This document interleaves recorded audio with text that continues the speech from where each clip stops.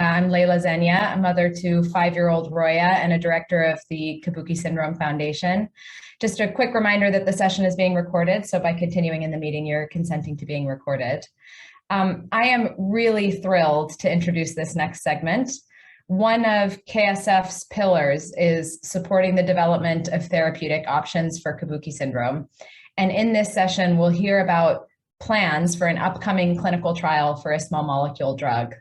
We'll be joined by Dr. Carlos Buesa, the CEO of the biopharma company ORYZON, who have an asset called Vafidemstat that has shown exciting promise for use in Kabuki syndrome in preclinical studies, and they're aiming to be live in a clinical trial next year.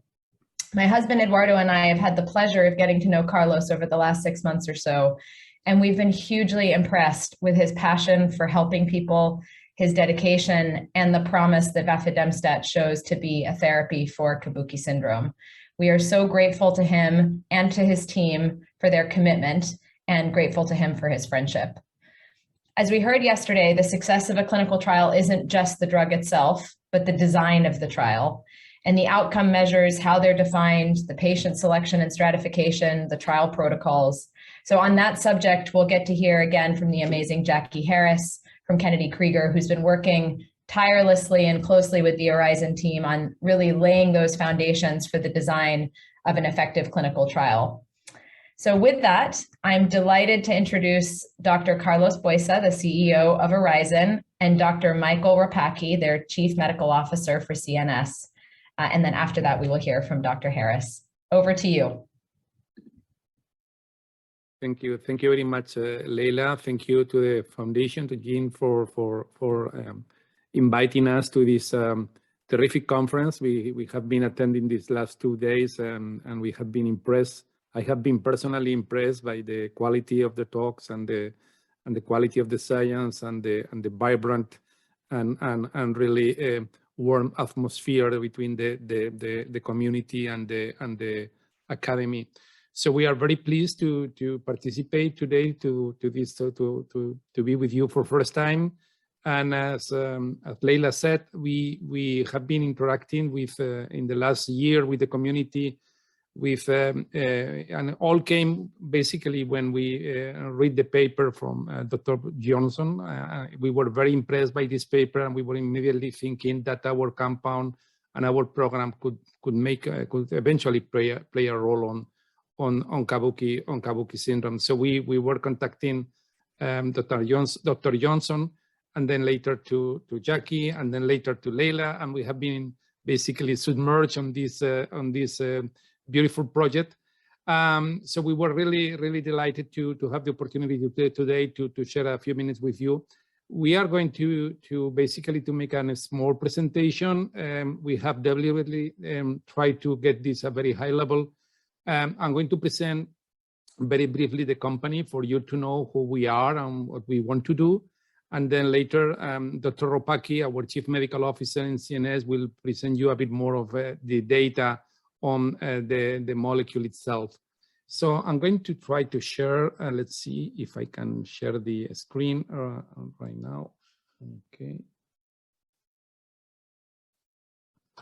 Okay, so I guess that you are seeing the screen right now.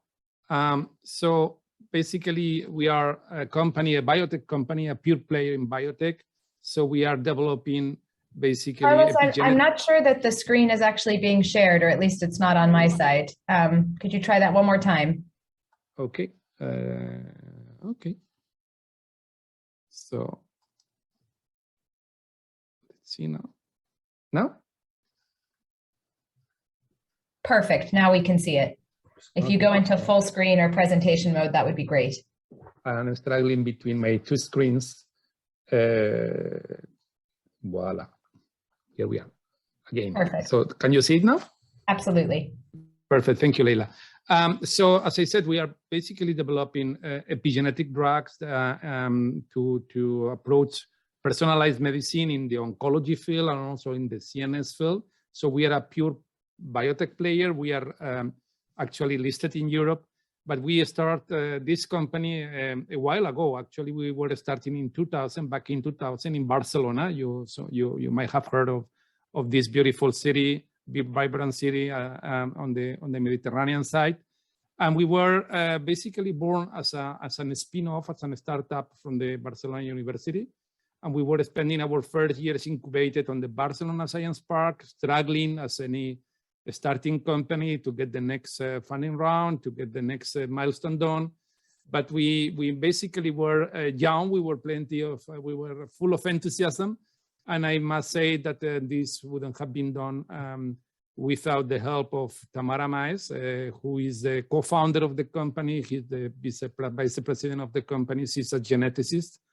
And all the company started around her ideas about how we could screen in a massive way the functions of different genes. So if you might remember, these years back in 2000 were the years of the Human Genome Project, and we were all very submerged on the different techniques that we would be able to allow us, would enable us to analyze a large amount of genes in one go. So we become specialists on DNA and microarray technology and massive functional genomic experiments. We were basically venture back in 2003 by a venture capital firm from France. In 2009, we were moving from a business model in which we were helping other pharmas to have our own investigational lines, starting to do research specifically in epigenetic drugs. In 2013, we were basically the first company moving an histone demethylase inhibitor, LSD1 inhibitor. You have been listening a lot about epigenetic targets and epigenetic enzymes, and as you know very well, Kabuki syndrome is basically caused by failures in two specific epigenetic enzymes. So LSD1 is one of them. We got in 2014 the first multi-million US licensing deal in oncology with Roche, and that momentum was allowing us to get publicly listed in the Spanish market. So and that also was the inflection point for us to basically focus on CNS. So actually in 2018, we were the first, and we are still the only clinical company right now developing an LSD1 inhibitor in CNS. We are small, but we are brave. We have 50 employees, and we have done so far, or we are still doing 10 clinical trials with more than 400 people, patients and volunteers that have been treated. So this is our headquarters in Barcelona, where we have more than 20,000 square feet labs and office. We have also a small office in Cambridge, Massachusetts. And this is about the presentation of the company. So before I let the stage to Dr. Ropacki for him to explain you a bit more in detail what we do with Vafidemstat, I would like to mention very briefly about how complex epigenetic is. Epigenetics is the mechanism by which our cells are able to communicate with each other. We all know that at the end of the day, the genes are basically responsible for producing the proteins that are populating the cells and making the whole cell work every day. But these cells need to communicate to each other, and our organisms need to communicate and to interact with the environment. Otherwise, we wouldn't have the plasticity to adapt. And these mechanisms of communication and adaptations to the outer world happen through epigenetics. So it's basically the mechanism by which cells are able to modulate how the chromosomes and the genes are being worked. And these are basically mechanisms that are happening through different, through a variety of mechanisms. And one of these mechanisms is the remodeling of the chromatin. Chromatin is a very complex and is a structure, is a very condensed structure. And we need to open the chromatin to allow the machinery for the genes to be transcribed and the genes to be expressed, and we need to open it. And these mechanisms of opening and closing the chromatin are basically governed by a number of epigenetic enzymes. And LSD1, which you are going to listen in the next minutes, is one of these genes, is one of these proteins. LSD1 is the first histone demethylase that was characterized, is the most abundant histone demethylase in the prefrontal cortex. And we know now that LSD1 modulation can compensate a number of neurodevelopmental disorders, which is basically the fundamentals of the clinical trials that we are going to do today. And with this, again, very, very grateful to be here today. Thank you very much. I will pass the stage to Dr. Ropacki. Michael. Thank you, Carlos, and thank you everyone at the Kabuki Syndrome Foundation for the opportunity to speak today. Next slide, please. It sounds like you've had a little bit of backgrounder on clinical trials. So what I'm going to do is give you a little bit of a backgrounder on our clinical trials and how we got to where we are today, to be having the great opportunity to work with Dr. Harris and others at Johns Hopkins to put together potentially a Kabuki Syndrome Kabuki Syndrome trial. So when you start out in clinical trials, you have to do a number of animal experiments or research. And so we've done a great amount of animal research.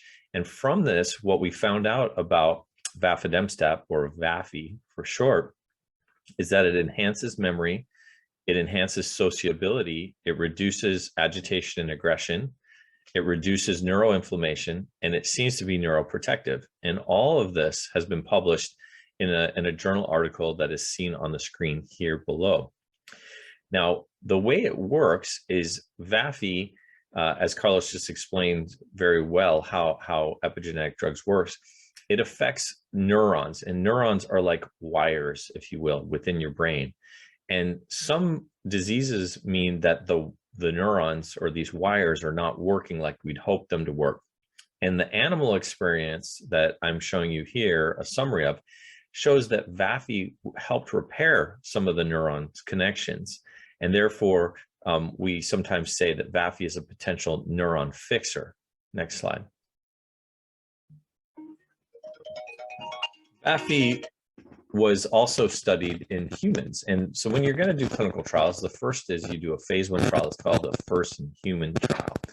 And for that, you typically involve healthy volunteers. So we had 27 volunteers who took Vafi one time, and 39 that had multiple doses, okay, once a day for 5 days. And overall, in the first-in-human study, this phase 1 trial, the drug Vafi was safe and well tolerated, and we had evidence to show that it crossed the blood-brain barrier and it goes into the brain. Sorry, Dr. Ropacki, it seems like we're having some interference, maybe from the cell phone ringing. I'm not sure, but it's a bit difficult to hear you just in the last 10 seconds or so. Oh, I shut it off. So perfect. Now I can hear you much better. Thank you. Please go ahead. Okay, apologies. So since the first-in-human study, we've done 7 phase 2 clinical trials. There's 5 that have been completed and 2 that are ongoing. And these are in patients that have borderline personality disorder, ADHD or attention deficit hyperactivity disorder, autism spectrum disorder, schizophrenia, multiple sclerosis, Alzheimer's disease, and COVID-19. And throughout these, we've had over 300 patients that have been treated with Vafidemstat in these trials. And some of them have received it for 12, 15, and 24 months. And over all this experience, the phase 1 and phase 2, Vafi has been very safe and well tolerated, even in elderly and frail patients, such as the Alzheimer's disease patients. And we've seen clinical improvements in patients treated with Vafidemstat, such as reduction of aggression and other improvements. Next slide. Oops. So I'm not going to dwell too much on this. This is just a slide that overviews one of the ongoing phase 2 trials called Portico in borderline personality disorder. And overall, this is a double-blind, placebo-controlled adaptive trial that is a global trial. So we have sites all over Europe and in the United States, and we're actively enrolling. Next slide.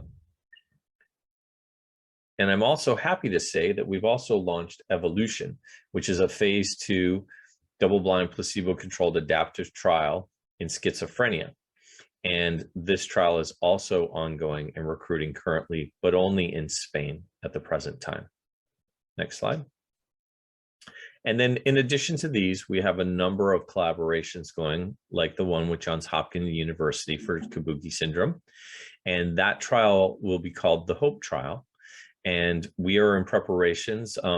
Dr. Harris and myself have been working hard to put together things such as the schedule of assessments and the inclusion-exclusion criteria. And we're working on the protocol synopsis starting shortly, and then the protocol that will follow. In addition to that, ORYZON has been working with Columbia University, and we are looking at something called set D1A changes that people have. And this is, you can find a lot of these changes in the US Amish population. And what we're doing is we're characterizing that population to see what are the tools that help measure things best in that population. We all already have the benefit of the great work that Dr. Harris has done in Kabuki syndrome to help guide this trial.